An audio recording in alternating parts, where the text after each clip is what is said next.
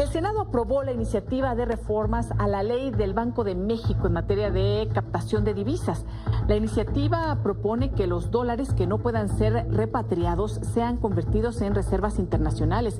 Bueno, ahora esta iniciativa pasará a la Cámara de Diputados. Ayer le informamos que el Banco de México publicó que estas reformas podrían generar riesgos que faciliten el lavado de dinero.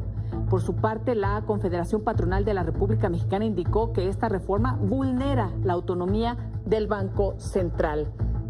Y el subgobernador del Banco de México, precisamente, Gerardo Esquivel, está con nosotros esta noche. Gracias, Gerardo. Qué gusto que nos acompañe, subgobernador. ¿Qué tal? ¿Cómo estás? Buenas noches. Un saludo a toda la audiencia.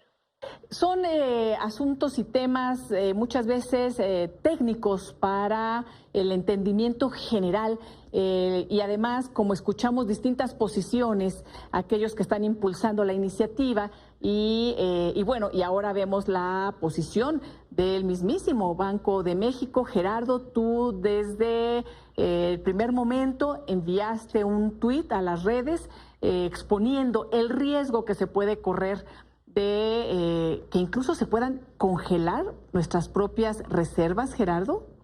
Así es. Yo planteé que hay un problema en dos dimensiones, que fue también lo que está planteado en el comunicado que institucionalmente se publicó anoche. Uno es el tema de la vulneración de la autonomía del Banco de México para definir sus operaciones, tal como está establecido en la Constitución Política del país.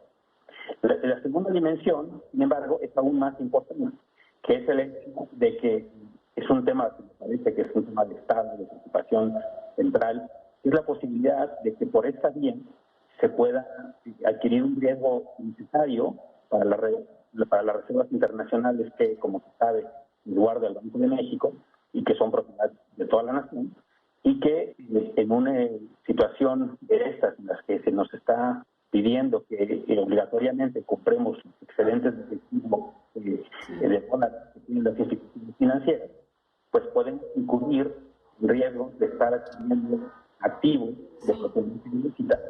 En una situación en la que alguna autoridad que investiga el sistema financiero considere que está sucediendo, puede efectivamente congelar los activos, las cuentas de una institución como el Banco de México y, por lo tanto, evitar que estén disponibles para lo que sea necesario, es, como se sabe, preservar el activo de la moneda nacional y mantener la estabilidad financiera. Sí. Gerardo, tenemos ahorita ahí, van a intentar arreglar algún tema de audio porque de pronto se corta y como comentábamos es importante conocer esta posición. Entonces lo que puede suceder, Gerardo, es que ustedes tengan, bueno, obviamente se vulnera la autonomía del banco, ¿no?, al exigir que se compren estos excedentes y bueno, es un tema que podemos estar discutiendo, pero además de ello, estos excedentes, al no tener la revisión que los candados que generalmente impone la propia ley, entonces podrían llegar pues recursos de procedencia ilícita, y esos son los que tendría que comprar el Banco de México. Pudiera ser. Se supone que la iniciativa pretende que lo que entre a las reservas sean los recursos de los migrantes, las remesas que ellos envían. Pero en la realidad, los recursos que envían los migrantes en efectivo son muy pocos. Solo para darte una cifra, de los 30,000 millones de dólares de reservas, de remesas que se han enviado de enero a septiembre de este año, solo 201 millones han entrado en efectivo. Así es que ese no es el tema, eso no es a quien está beneficiando.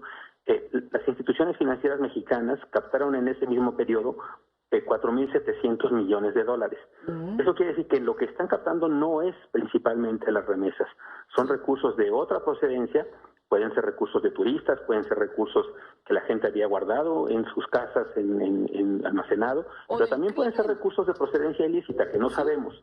Y ese es el riesgo que se corre si se obliga al banco a comprar estos recursos. Exacto. Entonces, esta idea de que son para los migrantes y para favorecerlo, pues bueno, vemos que el porcentaje que llega de manera así, en efectivo, es mínima, que en general se pueden hacer estas transferencias. Ahora, vemos que hay instituciones que también en México están impulsando este tipo de reformas, que la retomó el senador Monreal. Pero es gravísimo. Son instituciones que sí reciben recursos, imagino, de mucho dinero, quién sabe de dónde. Entonces, recursos en efectivo, y mira, muchas instituciones financieras los reciben. La diferencia es que la mayor parte de las instituciones financieras mexicanas tienen contrapartes en Estados Unidos. Sí. Y la forma en la que se hacen de contrapartes es garantizando que que los recursos que ellos captan son lícitos y pasan por una serie de filtros para demostrar que esto es así. Hay instituciones financieras mexicanas que no tienen estos corresponsales y esas instituciones financieras son las que pueden tener un problema de excedente de divisas. Por lo mismo, justamente pueden ser las que tengan mayor riesgo de que no están cumpliendo con los criterios establecidos por las instituciones encargadas de garantizar que no entran recursos de procedencia ilícita al sistema financiero mexicano.